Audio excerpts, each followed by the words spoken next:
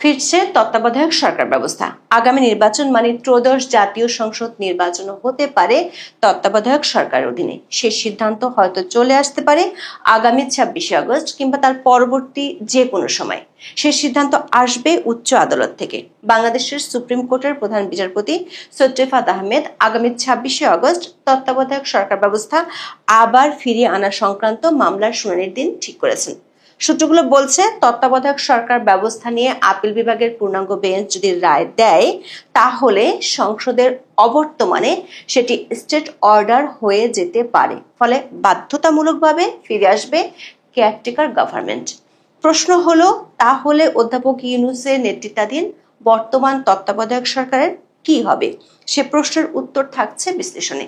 তার চেয়েও বড় প্রশ্ন, কে হবেন তত্ত্বাবধায়ক সরকারের প্রধান? অধ্যাপক ইউনূস কি নতুন তত্ত্বাবধায়ক সরকারের প্রধান থাকতে পারবেন? যদি তিনি না থাকতে পারেন, তাহলে কি ভোটের আগেই অধ্যাপক ইউনূসের বিদায় ঘণ্টা বেজে যাচ্ছে? $মিলিয়ন সেই প্রশ্নের উত্তর জানতে চলুন যাওয়া যাক বিশ্লেষণ।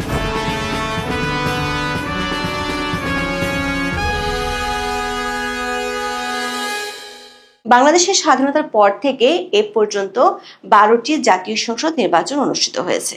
তার মধ্যে 1991 সাল থেকে 2008 সাল পর্যন্ত 4টি সংসদ নির্বাচন অনুষ্ঠিত হয়েছিল নির্দলীয় নিরপেক্ষ তত্ত্বাবধায়ক সরকারের অধীনে।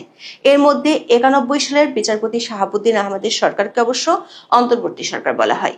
এই 4টি নির্বাচনের ফলাফলে একটি বড় মিল আছে। সেটি হলো, এই নির্বাচনগুলোর আগে যারা সরকারি দল ছিল তারা নির্বাচনে জিততে পারেনি বা আবার সরকার গঠন করতে পারেনি। এই 4টি নির্বাচনকে বাংলাদেশের ইতিহাসে সবচেয়ে অবাধ, সুষ্ঠু ও নিরপেক্ষ নির্বাচন হিসেবে গণ্য করা হয়। যদিও 1996 সালে যখন তত্ত্বাবধায়ক সরকারের দাবিতে বিরোধী দলগুলো আন্দোলন করছিল, তখন ক্ষমতাসীনরা তা মানতে পারেনি। পাগল ও শিশু ছাড়া কেউ নিরপেক্ষ হয় না, বিএনপি প্রধানের এমন মন্তব্যের পর তখনকার বিরোধী দলগুলো একযোগে 1996 সালের ফেব্রুয়ারি নির্বাচন বয়কট করেছিল। আবার 2008 সালের নির্বাচনে জেতার পর আওয়ামী লীগ তত্ত্বাবধায়ক সরকার পদ্ধতি বাতিল করে দেয়। 2011 সালের 30শে জুন জাতীয় সংসদে পঞ্চদশ সংশোধনী আইন পাশ হয়। ওই সংশোধনীর মাধ্যমে বাতিল করা হয় তত্ত্বাবধায়ক সরকার ব্যবস্থা। এরপর দেশে গত 3টি নির্বাচন আওয়ামী লীগ সরকার অধীনে অনুষ্ঠিত হয়, যেখানে দেশ তো বটেই, আন্তর্জাতিক মহলেও এর স্বচ্ছতা নিয়ে প্রশ্ন ওঠে। এগুলোকে একতরফা নির্বাচন হিসেবে সমালোচনা করা হয়। কোনোটি বিনা প্রতিদ্বন্দ্বিতার নির্বাচন, কোনোটি রাতের ভোটের নির্বাচন, আবার কোনোটি ডামি নির্বাচন হিসেবে পরিচিতি পেয়েছে। এখন দিল্লিতে অবস্থানরত আওয়ামী লীগ সভানেত্রী শেখ হাসিনাও বলেছেন, আগামী নির্বাচন তত্ত্বাবধায়ক সরকারের অধীনে হতে হবে। পঞ্চদশ সংশোধনী চ্যালেঞ্জ করে গত বছর 18 আগস্ট সুজন সম্পাদক বদিউল আলম মজুমদার সহ 5 বিশিষ্ট ব্যক্তি রিট করেন। আদালত রুল জারি করলে এর সঙ্গে বিএনপি, গণফোরাম, জামাত সহ বিভিন্ন সংস্থা ও ব্যক্তি সহ বেশ কয়েকজন যুক্ত হন। 17 ডিসেম্বর পঞ্চদশ সংশোধনী নিয়ে রায় দেন হাইকোর্ট। যদিও রায়ে পঞ্চদশ সংশোধনের পুরোটা বাতিল করেনি আদালত, কিন্তু সবচেয়ে চমক জাগানো খবর ছিল সংবিধানের পঞ্চদশ সংশোধনীর বেশ কিছু ধারা বাতিল হওয়ায় জাতীয় নির্বাচনের জন্য তত্ত্বাবধায়ক সরকার ব্যবস্থা ফিরিয়ে আসার পথ সুগম হয়েছে। কিন্তু পুরোপুরি ফিরিয়ে আনতে আরো কিছু কাজ বাকি ছিল। সেটি হলো নির্বাচনকালীন তত্ত্বাবধায়ক সরকার ব্যবস্থা ফিরিয়ে আনতে ত্রয়োদশ সংশোধনী বাতিলের বিরুদ্ধে রিভিউ আবেদনের শুনানি শেষ করা। গত 19শে জানুয়ারি বিষয়টি সুপ্রিম কোর্টের আপিল বিভাগে শুরু হওয়ার কথা ছিল, কিন্তু গত 8 মাস ধরে অদৃশ্য কারণে শুনানির ডেটই পড়ছিল না। সেটির অবসান হতে যাচ্ছে 21শে আগস্ট। প্রধান বিচারপতি সৈয়দ রেফাত আহমেদ ঘোষণা করেছেন, আগামী 26শে আগস্ট শুনানি হবে। সরকারি সংবাদ সংস্থা বাসসের খবরে বলা হয়েছে, জামাত ইসলামের পক্ষে আইনজীবী মোহাম্মদ শিশির মনির রিভিউ আবেদনগুলো শুনানির জন্য মেনশন করেছিলেন। এর প্রেক্ষিতে প্রধান বিচারপতি ডক্টর সৈয়দ রেফাত আহমেদের নেতৃত্বাধীন 6 বিচারপতির আপিল বিভাগ বেঞ্চ শুনানির এই দিন ঠিক করেন। এ বিষয়ে আইনজীবী শিশির মনির সাংবাদিকদের বলেছেন, রিভিউ আবেদনটি মেনশন করেছিলেন যেন দ্রুত শেষ হয়। বিষয়ের গুরুত্ব বিবেচনায় টপ আইটেম হিসেবে আগামী 26শে আগস্ট শুনানির জন্য রাখা হয়েছে। অ্যাটর্নি জেনারেলকে এ বিষয়ে ইনফর্ম করা হয়েছে। সব পক্ষকেই ইনফর্ম করা হবে যেন তারা শুনানির জন্য প্রস্তুত থাকেন। দর্শক, জনাব শিশির মনিরের বক্তব্য থেকে একটি বিষয় পরিষ্কার, জামাত ইসলামী তত্ত্বাবধায়ক সরকার ব্যবস্থা ফেরানো নিয়ে আপিল বিভাগের পূর্ণাঙ্গ নিষ্পত্তি দ্রুত চায়। কিন্তু কেন, সে প্রশ্নের উত্তর নিশ্চয়ই এর মধ্যে আজ করতে পারছেন। গত বছর 8ই আগস্ট থেকে অধ্যাপক ইউনূসকে অকুণ্ঠ সমর্থন দিয়েছিল জামাত ইসলামী, কিন্তু লন্ডন বৈঠকের পর সে দৃশ্যপট পাল্টে গেছে। জামাত ইসলামী এই মুহূর্তে নির্বাচন চায় না। সূত্রগুলো বলছে জামাত ইসলামী অধ্যাপক ইউনূসের উপর আস্থা রাখতে পারছে না। তারা অধ্যাপক ইউনূসের বর্তমান প্রশাসনের অধীনে ফ্রি অ্যান্ড ফেয়ার নির্বাচন হবে বলে মনেও করে না। সে কারণে জামাতের পক্ষের আইনজীবী উচ্চ আদালতকে মেনশন করেন। আদালত পাড়ার সূত্রগুলো বলছে গত জানুয়ারিতে যে শুনানি হওয়ার কথা তা অদৃশ্য কারণে আটকে ছিল, কিন্তু দেশের রাজনৈতিক প্রেক্ষাপট পাল্টে যাওয়ায় পরিস্থিতিও বদলে গেছে। 26শে আগস্ট শুনানি হবে, সব পক্ষের কথা আদালত শুনবেন। খুব শিগগিরই আদালত বিষয়টির সুরাহা করবেন। সবচেয়ে গুরুত্বপূর্ণ কথা হলো, আপিল বিভাগ যদি তত্ত্বাবধায়ক সরকার ব্যবস্থা ফিরিয়ে আনার রায় বহাল রাখেন তাহলে কি হবে।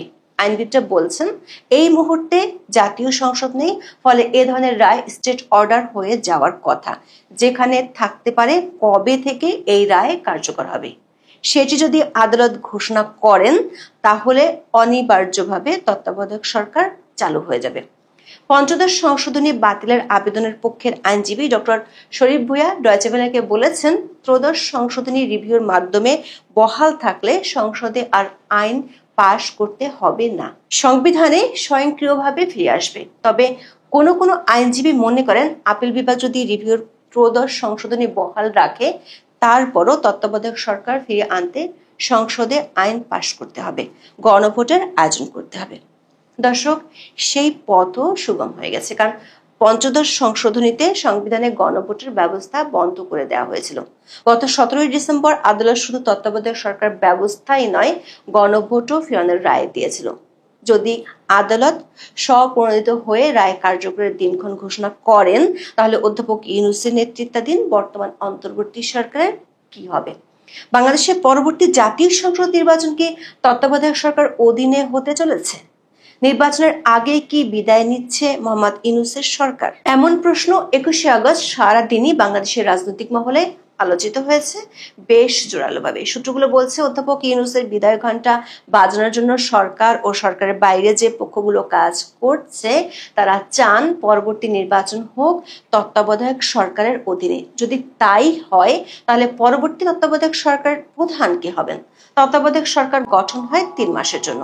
সেই সরকারের কাজ মূলত নির্বাচন পরিচালনা করা। আইন অনুসারে সর্বশেষ অবসরপ্রাপ্ত প্রধান বিচারপতি তত্ত্বাবধায়ক সরকারের প্রধান উপদেষ্টা হওয়ার কথা।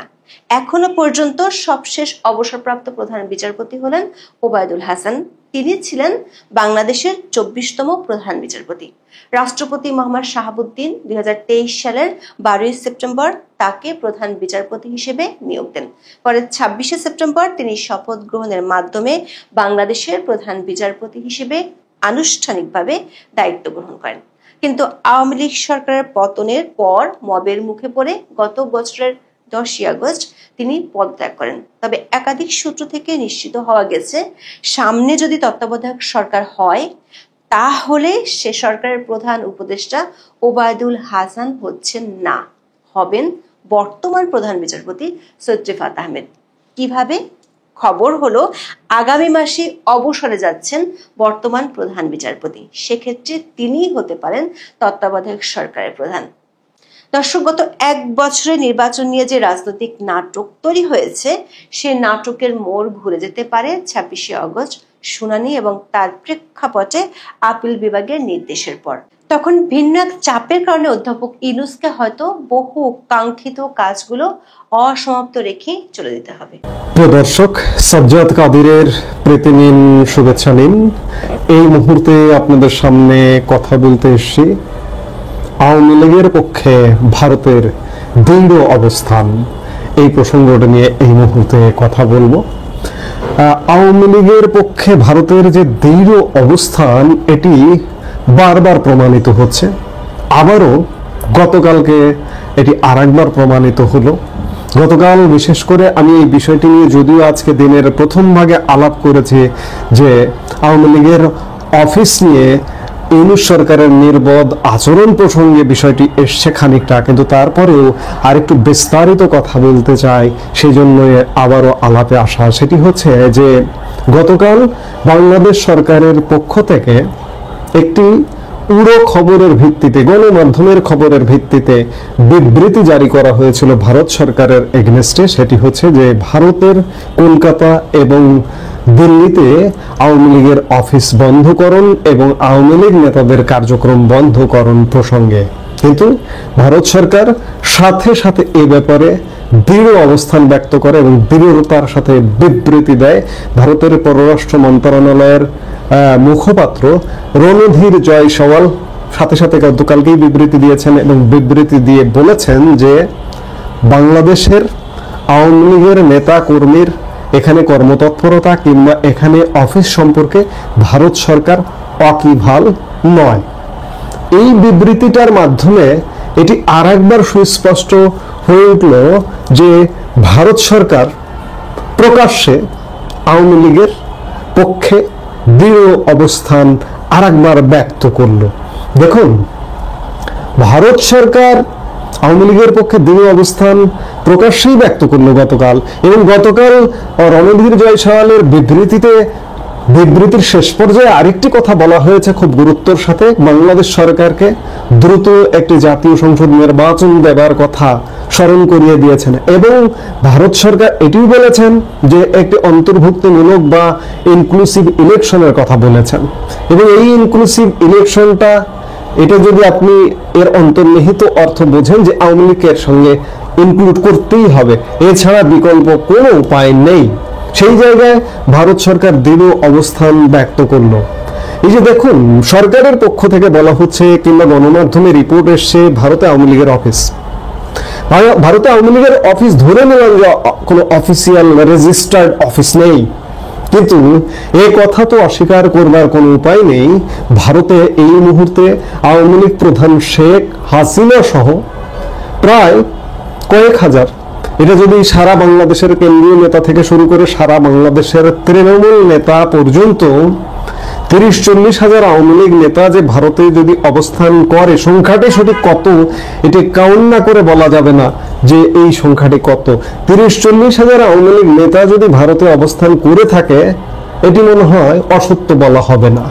এবং আরো গুরুত্বপূর্ণ বিষয় যেটি, এই নেতারা, আওয়ামী লীগের নেতারা অনেকে পাসপোর্ট ছাড়াই ভারতে চলে গেছেন, ভারতের ভিসা ছাড়াই ভারতে চলে গেছেন, এবং ভারত সরকার তাদেরকে আগলে রেখেছে, তাদেরকে শেল্টার দিয়েছে, আশ্রয় দিয়েছে। তাহলে চিন্তা করুন যে ভারত কতটা দৃঢ়তার সাথে আওয়ামী লীগের সাথে আছে, আওয়ামী লীগের অবস্থানের সাথে আছে। এবং যে নেতা কর্মীরা ভিসা ছাড়া ভারতে অবস্থান করছেন, র্যান্ডম তারা ভারতে বসবাস করছেন, বাসা ভাড়া নিয়ে বসবাস করছেন, এগুলো তো অস্বীকার করবার উপায় নেই। এবং অবস্থান করছেন এবং তারা নিজেদের মধ্যে রাজনৈতিক আলাপ করছেন, লোকে অনলাইন কর্মকাণ্ডে অবস্থান করছেন, অংশগ্রহণ করছেন। এমনকি আওয়ামী লীগ প্রধান শেখ হাসিনাও অনলাইনে প্রতিনিয়ত তিনি রাজনৈতিক কর্মকাণ্ড পরিচালনা করছেন। এই অনলাইন কর্মকাণ্ড পরিচালনা নিয়ে বাংলাদেশের অন্তর্বর্তীকালীন সরকার একবার প্রধানমন্ত্রী নরেন্দ্র মোদীর সাথে সাক্ষাতে, থাইল্যান্ডে সাক্ষাতে অবজেকশনও জানিয়েছিলেন, বলেছিলেন যে ভারত থেকে তিনি যে অনলাইন কর্মকাণ্ড করেন কিংবা বক্তৃতা দেন সেগুলো বন্ধ করবার নিবেদন করেছিলেন প্রধানমন্ত্রী নরেন্দ্র মোদীর কাছে। প্রধানমন্ত্রী নরেন্দ্র মোদী সাফ জবাব দিয়ে দিয়েছিলেন যে এগুলো তো করা সম্ভব নয়, এটি তার নিতান্ত ব্যক্তিগত ব্যাপার, ভারত সরকার কারো ব্যক্তিগত কর্মকাণ্ডে হস্তক্ষেপ করে না, এমন বলে প্রধানমন্ত্রী নরেন্দ্র মোদী এড়িয়ে গিয়েছিলেন। আজকেও ঠিক আওয়ামী লীগের কার্যক্রম নিয়ে ভারত সরকার এড়িয়ে গেলেন, অফিস প্রশ্নে এড়িয়ে গেলেন, কিন্তু আওয়ামী লীগ নেতাকর্মীরা তো ভারতে আছে। কাজেই আওয়ামী লীগের পক্ষে ভারতের যে দৃঢ় অবস্থান তাতে কোনো সন্দেহ নেই। দেখুন, গত বছর অগাস্টে আওয়ামী লীগ সরকার পতনের পর সাথে সাথে আওয়ামী লীগ প্রধান বা সেই সময়ের প্রধানমন্ত্রী কোথায় আশ্রয় পেয়েছেন? ভারতে। এবং ভারতে রাজকীয় আশ্রয় পেয়েছেন বলা যায়। শেখ হাসিনা যখন বাংলাদেশ সামরিক বাহিনীর বিমানে করে ভারতে গেলেন, তখন তাকে রিসিভ করা হলো কিন্তু ভারত সরকারের পক্ষ থেকে। ভারতের সবচেয়ে প্রভাবশালী একজন ব্যক্তিত্ব, জাতীয় নিরাপত্তা উপদেষ্টা অজিত দোভালের নেতৃত্বে তাকে রিসিভ করা হলো। অজিত দোভাল তাকে রিসিভ করলেন এবং ভারতে প্রধানমন্ত্রী শেখ হাসিনা জেড ক্যাটাগরির নিরাপত্তায় অবস্থান করছেন। এই ঘটনাগুলো কি বলে দেয় না যে ভারত আওয়ামী লীগের সাথে দৃঢ়ভাবে আছে, দৃঢ় অবস্থান নিয়ে আছে এবং বর্তমান অন্তর্বর্তীকালীন সরকারকে বারবার তাগাদা দিচ্ছে যে একটা ইনক্লুসিভ নির্বাচন হতে হবে। বাংলাদেশের গণমাধ্যমে মাঝে মাঝে এমন খবরও বেরোয়, কদিন আগে একটি খবর বেরিয়েছিল যে ভারত বিশেষ কোনো রাজনৈতিক দলকে চায় না, বাংলাদেশের জনগণকে চায়, বাংলাদেশকে চায়। এগুলো বাংলাদেশের জনগণের বা বাংলাদেশের গণমাধ্যমের এটা একটা মন গড়া খবর। বাংলাদেশকে চায় কিংবা বাংলাদেশের অন্য রাজনৈতিক দলকে চায়, আজকে এক বছরে কোন রকম আলামত দেখেছেন? বিএনপিকে চায়, জামাতকে চায়, এনসিপি কে চায় কিংবা XYZ কোন রাজনৈতিক দলকে চায়? চাওয়ার কোন মাত্র প্রতিফলন আপনারা দেখেছেন? শুরুর দিকে আওয়ামী লীগ সরকারের পরে, পতনের পরে সাথে সাথে যদিও দুই একটা বৈঠক নিয়ে সংশয় দেখা গিয়েছিল, যেমন আওয়ামী লীগ সরকারের পতনের ঠিক এক মাস পরে সেপ্টেম্বর মাসে ভারতীয় হাই কমিশনার প্রণয় ভার্মা বিএনপি মহাসচিব মির্জা ফখরুল ইসলাম আলমগীরের সাথে দেখা করেছিলেন। তাতে মনে হয়েছিল যে ভারত কি তাহলে অন্য জায়গায় অবস্থান করতে বা ভরসা করতে চাইছেন। আপাত দৃষ্টিতে মনে হলেও সেটি আসলে ছিল না, সেই নির্ভর করার জায়গাটি আসলে ছিল না। কারণ ভারত অতীতে তিক্ত অভিজ্ঞতা দেখেছে বিএনপির কাছ থেকে, বিশেষ করে 2001-06 আমলে বিএনপি জামাত জোট যে সময় ক্ষমতায় ছিল, সে সময় সেভেন সিস্টার্সকে নিয়ে যে উত্তপ্ত করবার একটা প্রচেষ্টা, 10 লাখ অস্ত্র মামলা ইত্যাদি দেখেছিল এবং ভারতীয় বিচ্ছিন্নতাবাদীদের বাংলাদেশে আশ্রয় দেওয়া নিয়ে ভারত যে তিক্ত অভিজ্ঞতা দেখেছে, এরপরে নিশ্চয়ই ভারতের আর নির্ভরতার জায়গা থাকবার কথা নয়। যদিও মির্জা ফখরুল ইসলামের আলমগীরের সাথে দেখা করেছিল, কিন্তু মির্জা ফখরুল ইসলাম আলমগীররা সেই সুযোগটা নেয়নি কিংবা ভারত হয়তো সেই সুযোগটা দেয়নি। কিন্তু মির্জা ফখরুল ইসলাম আলমগীররা কিন্তু সেই সুযোগটা চাইলে নিতে পারত, সেই সুযোগটা তারা নেওয়ার প্রয়োজনও মনে করেনি। তারা যেটি হোক একটা পাকে পড়েছে।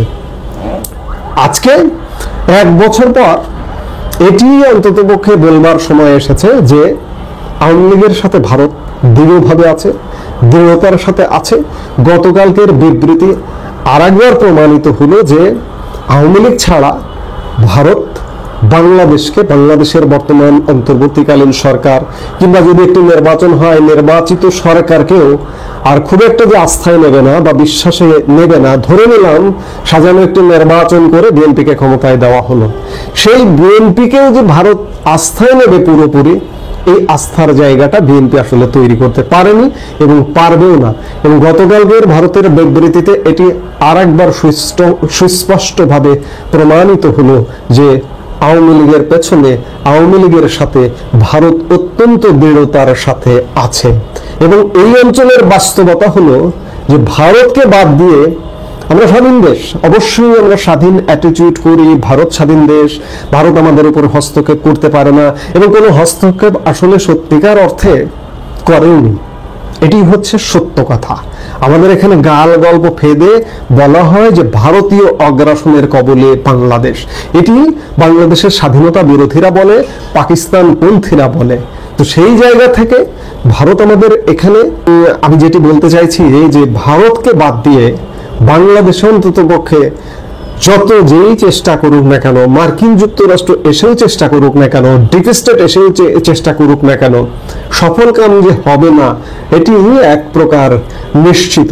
আজকে আমার মনে পড়ে যাচ্ছে যে ভারত বাংলাদেশ যে 25 বছরের মৈত্রী চুক্তিটা ছিল, সেই চুক্তিটা 72 থেকে 1997 সাল পর্যন্ত আওয়ামী লীগের এটি একটা বড় ধরনের ভুল যে 1997 সালে আওয়ামী লীগ ক্ষমতায় ছিল, কিন্তু এই মৈত্রী চুক্তিটা নবায়নের কোনো উদ্যোগ নেয়নি।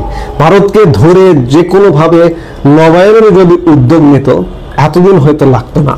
এই যে 1 বছর হয়ে গেছে না, এতদিন ভারতের বাংলাদেশে হস্তক্ষেপ করতে, এই যে দখলদারদের হাত থেকে বাঁচাতে এতদিন লাগতো না। সেই মৈত্রী চুক্তিটা ছিল অসাধারণ। এই মৈত্রী চুক্তি নিয়ে অনেক নেতিবাচক কথাবার্তা বলা হয়। আপনি একটা সুস্থ মানুষ, আপনি ভারত বাংলাদেশ মৈত্রী চুক্তির যে ধারাগুলো আছে সেই ধারাগুলো একটু পড়ে দেখবেন যে এখানে যদি কোনো অসঙ্গতি থাকে আমি আর জীবনে কোনোদিন কথা বলবো না। সেই অসাধারণ চুক্তিটা নবায়ন হয়নি। এই নবায়ন না হওয়ায় আজকে 1 বছর পর্যন্ত বাংলাদেশের মানুষকে সাফার করতে হচ্ছে।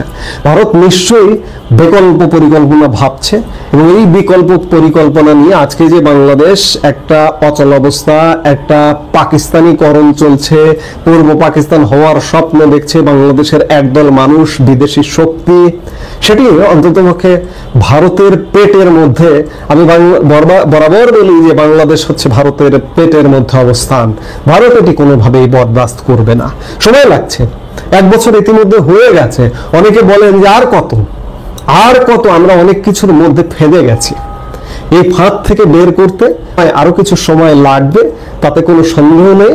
তবে আওয়ামী লীগ বাংলাদেশের নির্বাচনে অংশগ্রহণ করবে, অন্তর্ভুক্তিমূলক একটি নির্বাচনে অংশগ্রহণ করবে এবং আগামী নির্বাচন ইউনূসের অধীনে হবে না, এটি নিশ্চিত থাকুন। ভারত আওয়ামী লীগের সাথে আছে, বাংলাদেশের পক্ষে আছে, বাংলাদেশের স্বাধীনতা 71-এ মুক্তিযুদ্ধের পক্ষে ছিল, এখনো বাংলাদেশের পক্ষে আছে। এই মুহূর্তে ভারত আছে মানে রাশিয়া আমাদের সাথে আছে। রাশিয়াকে ইতিমধ্যে এই সরকারি শত্রু বানিয়ে ফেলেছে। চীনও এর মধ্যে যোগ দিয়েছে। চীনের সাথে সম্পর্ক এটা সেটা বিভিন্ন কিছু, চীনে অনেক যাতায়াত এই অন্তর্বর্তীকালীন সরকারের। আজকে সেনাপ্রধানও চীনে গেছে। যত কিছু হোক না কেন ভাই, 1971 সালে পিছু হটেছে আমেরিকানরা, পিছু হটেছে চীনরা, পিছু হটেছে পাকিস্তানি লেজ গুটিয়ে, আজকেও পিছু হটবে, সেটি সময়ের ব্যাপার। আমি শেষ কথা এটি বলতে চাই যে আওয়ামী লীগের সাথে মানে বাংলাদেশের সাথে, মুক্তিযুদ্ধের বাংলাদেশ, স্বাধীনতার বাংলাদেশ, অসাম্প্রদায়িক বাংলাদেশের সাথে ভারত অত্যন্ত দৃঢ়তার সাথে অবস্থান করছে। এটি একদম পরিষ্কার, এতে কোনো ইফ বাট হবে না। এই মুহূর্তে এ পর্যন্তই। সবাই ভালো থাকুন, সুস্থ থাকুন।